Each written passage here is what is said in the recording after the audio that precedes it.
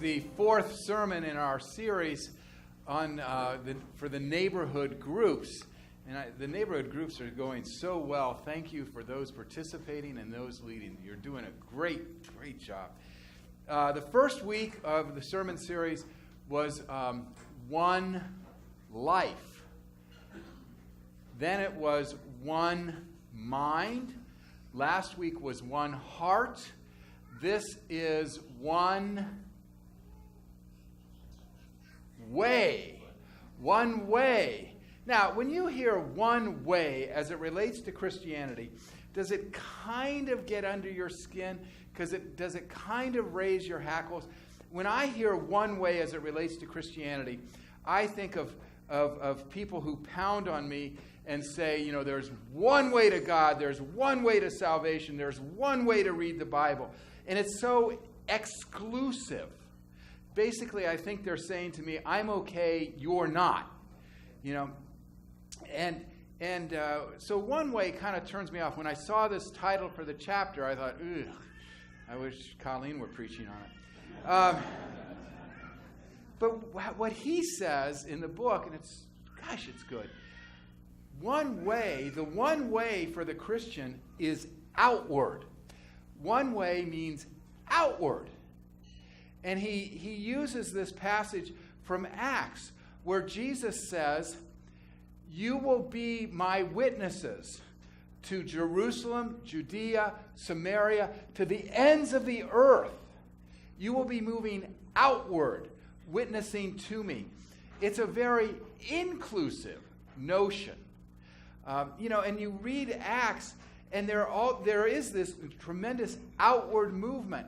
And as they move outward, they go to people who are on the outside looking in and letting them come in. The Ethiopian eunuch who would have been barred from worship, they go out to him. Slaves, they go out to them. Gentiles in the Cornelius story, they go out and include them. It's a marvelous story of moving out and inclusion. And then, the passage Colleen read last week said, and they multiplied and they grew day by day. Think about it. Day by day, that means that every church would add 365 members at the end of the year. Day by day. So how do you do that? Well, you go out and you invite people. So that was what the early church did. They moved out as witnesses to Jesus. Now, the second passage that Kelly read should be a well-known passage. It was one we had to preach on in preaching class. It was the text I had to preach on for my ordination sermon. And I've changed. You're not getting those sermons. But it addresses the text, who do people say that I am, addresses this outward movement of the church, this one way moving out. And I want to highlight several things in the passage from Matthew. The first is, Jesus asks the disciples, who do people say that I am? What are they saying about me? This is ripped from the headlines. This is just like a political candidate after, say, a debate, going into the spin room saying, what are they saying? How did I do? Did I win? Did I lose? How did I do? This is what Jesus is saying. What are they saying about me? And then he says, what do you say about me? If you're going to be, and this is the phrase today, you're going to be my surrogate. If you're going to go on Fox, if you're going to go on MSNBC, you've got to know about me and you've got to know what you're saying. So when Jesus says, what do you say about me? If you're going to be my witnesses, you got to know what you're going to say as you move out. And Peter says, you are the Christ, the Son of the living God. I didn't know this until last weekend, but Susan has struck up a friendship with some people in our neighborhood. I wasn't home, and when the doorbell rang, but they came. It was 2 Jehovah's Witnesses. And they rang the doorbell, and they said, is Susan home? And wow, Susan's developing these friendships. And she wasn't home, and they were so polite. They were really decent. And they said, well, could you give Susan this magazine? And I looked at the magazine, and it was titled, Who is Jesus? And I thought, well, that's a good question. That's a good question. If we're going to witness to Jesus, who is he? You are the Christ, the Son of the living God. I believe what Peter is saying is Jesus is the window through which we see God. We see God in Jesus. Jesus defines who God is, but God is not confined to Jesus. So when we see Jesus welcoming the children that people want out of the way, we're seeing what God is like. When we see Jesus forgiving the woman taken in adultery, we see what God is like. When we see Jesus hanging on the cross saying, forgive them, they know not what they're doing, we see what God is like. When he invites himself to Zacchaeus, the sinner's house, for dinner, we see what God is like. Jesus is the window to what God is like. And you think about it, almost all of these motions of Jesus with the children, with sinners, with prostitutes, with Gentiles, they're all moving out. The living God, it means Jesus isn't just a historical figure, and God isn't just somebody in the past. It's today. It's contemporary. God is alive, and one with that faith is alive, living as Jesus lives. Jesus then goes on to say, on this faith, on this living faith that believes this is what God is like, this inclusive, reaching out God, on this faith I will build my church, and the gates of hell will not prevail against it. This phrase, the gates of hell will not prevail against it, I think we hear it incorrectly. I think when we hear it, we don't think the gates of hell or gates of death or gates of destruction or gates of evil. We don't think of those gates. We think of the gates of the church. And our image is of us inside a church, safe and protected and secure, and all this stuff outside can't get in. And we're safe because Jesus keeps us safe. It's like evil is attacking us, and the gates of the church won't prevail against, will hold out against evil. It's not what Jesus says. The image is just reversed. He pictures a church and the people leaving the church and going out into the world attacking death and evil and death and destruction. And the gates of those things will not prevail against the church. The church will be more powerful than hate. The church will be more powerful than evil. It's an incredible image of the church on the move. And Jesus sees the church moving out, storming the gates of illiteracy, storming the gates of hunger, storming the gates of homelessness, storming the gates of loneliness. He sees the church moving out from its safe place on the attack because it knows love is stronger than hate and life is stronger than death. Jesus is saying, move out. It isn't enough to say, oh, I'm opposed to illiteracy. He says, move out and go to Hubbard School and volunteer as a reading buddy. It isn't enough to say, there are hungry people. He says, move out. Give food and go volunteer at NEMAP. It isn't enough to say, I support this candidate or this cause. He says, move out and talk to people about it. The third thing he says in this passage is, take up your cross and follow me. Yeah.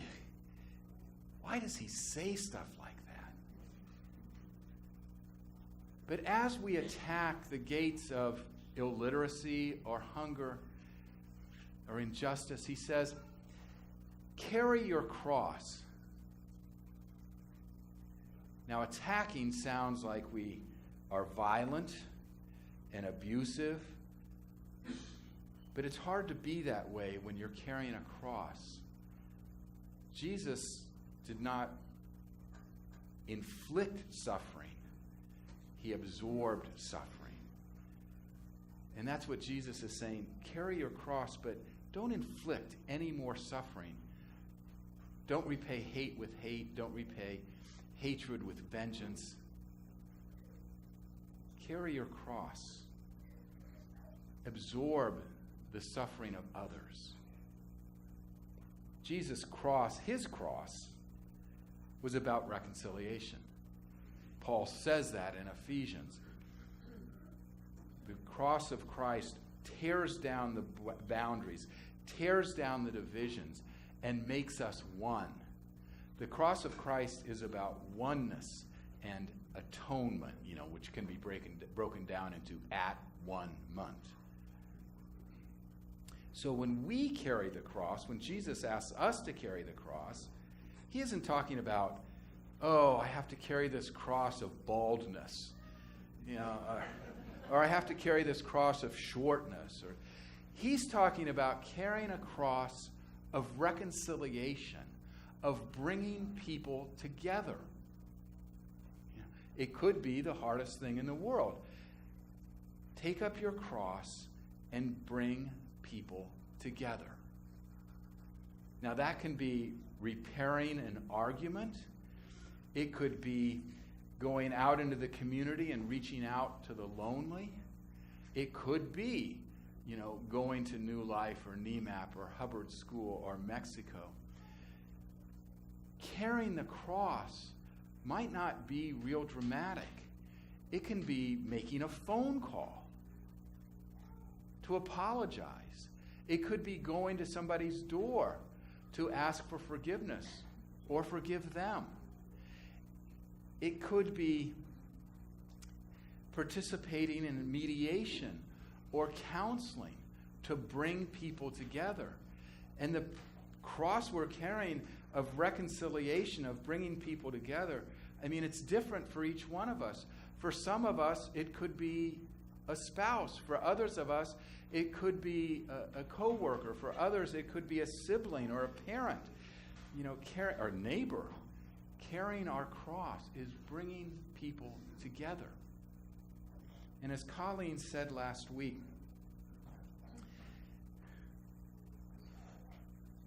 being of one heart often involves vulnerability and compassion and grace. And it does. To move out as we carry our cross, it takes great vulnerability, to forgive someone. I think maybe the primary way we move out as disciples is we move out of ourselves. We get over ourselves.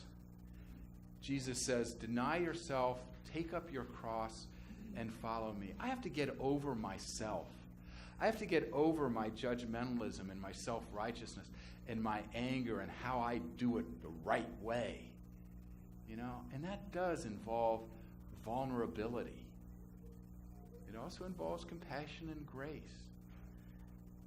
As Colleen said last week, when we're invulnerable, when we're not forgiving and we're not reconciling, those walls we build against that other person are the same walls we build up against God. And just as we don't let the other person in, we're not letting God in. We're not letting joy in. We're not letting life in. But to tear down those walls and become vulnerable lets God in and lets the other person in. In Matthew, Jesus says, "Where 2 or 3 are gathered in my name, there I am in the midst of you." I don't have any problem with that being used as a reason, when we have a small Bible study, we can say, well, there was just 2 or 3, but God was here. And I believe that. But the context of that passage is where 2 or 3 are gathered for the purpose of forgiveness and reconciliation, there I am in the midst of you. And if there's anything I know for sure, it's when I let down my walls and work at reconciliation, whether it's mediation or counseling or forgiving or being forgiven or making that difficult call, I know that Christ is present because I experience Christ when I do that because my walls are down. I think I have time for this story. These flowers here are from a funeral that I performed Friday night. And it was for Ronnie Frame. And Ronnie was a 43-year-old man who came on occasion to this service with his guardian. Ronnie was 43, severely disabled by autism. He probably never reached beyond a 2-year-old's mental capacity. To read Ronnie's obituary was very different than reading other obituaries. Other obituaries talk about where the person went to school, what they accomplished, what clubs they were in, and so on. Ronnie's obituary began with, Ronnie loved his baby dolls, he loved Diet Right soda, he loved his waterbed, he loved car rides. And I thought, what do you say about a 43-year-old man that never really got out of Pampers? I went to visit the family's house. I left the church and went out to the family's house on Wednesday night, and it was a rainy, cold, dark night. And I thought, geez, it's been a long day. I'm not really up for going out. And I went there, and I walked into the house, and his guardian led me into Ronnie's bedroom, and it was just full of Beanie Babies, and the room was decorated like it was an aquarium, and all these videos, and all this. And I thought, I'm coming here kind of carrying my cross to bring God to Ronnie and to bring God to this family and say it's okay. And this family was so full of life and so full of joy and so full of excitement and energy because of the gift that Ronnie was in their life. They weren't grieving, they were celebrating. And I thought, oh my God, I came here on this night to experience Jesus. I thought I was carrying my cross, and maybe I was, but I experienced Jesus in this bedroom, in this household. And I'm not sure when I did his funeral Friday that I've ever been part of a more life-giving experience. When we let down our walls and move out for the purpose of reconciliation, we don't know what's going to happen. But I do know that we're going to experience Christ because Christ is there. This sermon could be about suffering and pain, but it really isn't. It's about living a life that matters. It's about living a life that matters to God, living a life that matters to other people, and living a life that matters to ourselves. We move out. We move out beyond our walls to reconcile, to make one, and to meet Christ. May it be so. Amen.